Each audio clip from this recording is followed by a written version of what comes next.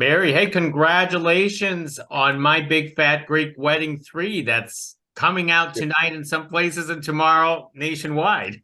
absolutely. Nice to meet you. Thank you. Hey, no, thank you for doing all of this for us. But let's ask that first question of what brought you on board to this project? Um, Nia, um, we're both Canadian, and we have a lot of mutual friends. And she was looking for somebody, and because of my history with comedy, I became somebody that she wanted to work with, and we talked story right away, and she loved what I wanted to do with it, and I loved what her energy and her her obviously she knows the property so well inside out after 20 something years of the Portokalos family and Greek weddings. So it was exciting for me to jump on. So, what was Nia's vision for this third film of this franchise? I said something to her, and I think it really struck a key with her. It was it's a love story to Greece. Ultimately, as immigrants, people, I see it all around me all the time. You've got people that are their home countries. They um, they look at it with nostalgia. And we wanted to have that feeling when we went to Greece. And it was all about making it aspirational as a place and as the people and everything. And it really is a beautiful third movie. It really is.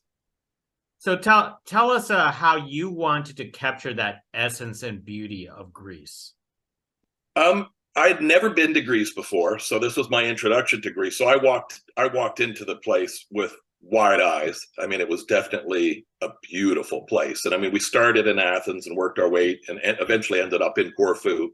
And Corfu is one of the most beautiful islands in the world. Absolutely beautiful. The architecture, the greens, everything about it. So we knew that it visually it was going to step up immediately. Now, most people think of Greece with just white buildings, but Corfu is not that way. Corfu is very much, it's really close to the bottom of the boot in Italy. And so it's got a bit of that architecture in it. So it was a bit of a different look. So what we wanted to do is we wanted to start in Chicago. Hopefully I'm not wrecking it for anybody, but the film starts in Chicago, and as all the other ones did, and we end up in Corfu. Um, it wasn't supposed to be Corfu. We shot it by name. It's got another name. It's a non Corfu island, but it is Corfu. We knew that it was going to be beautiful. So what we ended up doing is we embraced the color, embraced the warmth. So in Chicago, you start off, everything's monochromatic and cooler and mundane and daily. And then you get on this airplane, and when you open the door, the hot wind hits you and you just feel it. So we tried to capture that with warmth, with the lighting, a lot of backlight, just kept it as beautiful as it is. I mean, we just captured what was there. Now, of course, there's to showcase Greece, you have to capture a lot of the scenic backdrops, which is beautiful. It makes me feel like I should go there right now. But I noticed there was a lot of like drive-by shootings, not photography Yeah, and drone photography. yeah, Could you talk about capturing those moments? yeah. I mean, obviously there's very specific moments you're looking for, and I mean, again, it's all about capturing that simple beauty at that moment. So as we were driving, during scouting, it would be, oh my God, look at that unbelievable view. How are we going to work this into the thing? Well, let's have the vehicle drive by this. Let's have this so that we could incorporate what we were saying, like especially me, because like again, I said it was the first time I'd been there and seeing it with fresh eyes. It's just you turn left and you go, shoot that. We got to shoot that. Oh my God, that's beautiful. Let's shoot that. So it was there was some in the script specifically. Nia was very specific about wanting the blue of the water in Greece. She loves the look of the Greek water, and the that was something we tried to capture as much as we possibly could. So how is this different from the approach of capturing the shots for like in the village? Um, I mean, we were trying to do the same thing with both pieces of photography. I mean, ultimately, it's the best thing you can possibly do is put your actors in that shot. But quite often, we we had a big cast, and we'd shoot a lot in the village specifically. If we could have, I'm sure we would have put scenes on the side of a road, but it just didn't lend itself to that. But so that was really, that's the biggest, just how you approach it. I love the fact how indie projects like this, it's a huge collaboration. And I talked to the production designer and the art director about the house. They credited you of your input into the house that the cast the Yeah. characters actually stayed at. Could you talk about your input and why you wanted it, a specific design?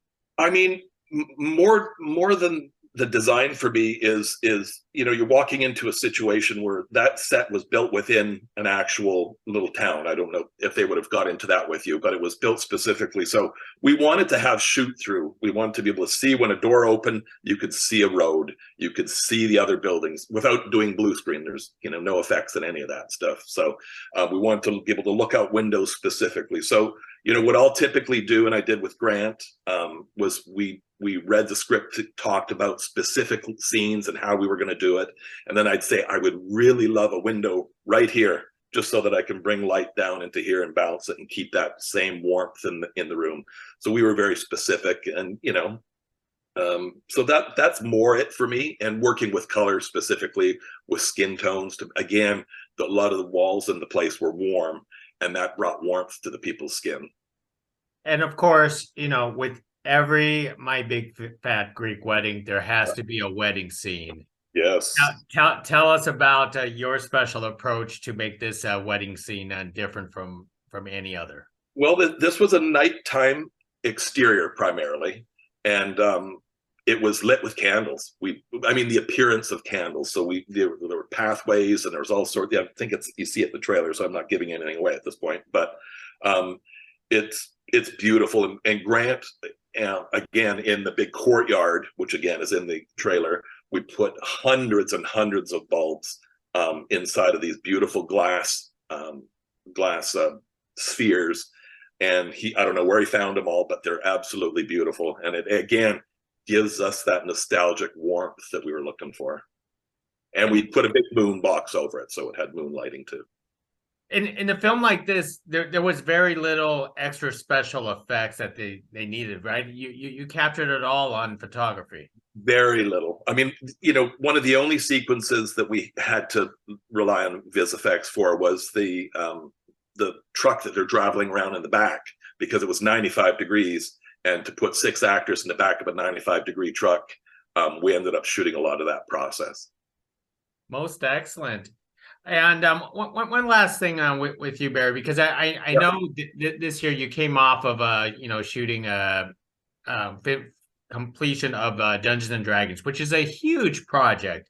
Yeah. And then My Big Fat Greek Wedding 3, this franchise always consider itself like a sort of like indie. Could you tell the difference, your perspective, the difference of shooting something so grand like a Dungeons and Dragons to something more intimate like Greek Wedding? It's every movie's the same for me. When you approach it, you get a script given to you. You wake up in the morning, you're going to go show up, and you're going to shoot photography. So when a bigger movie is, you're just on it longer, and there's bigger complications. And instead of lighting a bedroom, you're lighting a coliseum, or you're lighting something much bigger. So just the scale of it's really the big difference. I try to make every movie feel intimate and feel like it's about the people ultimately. So it doesn't change a whole lot for me.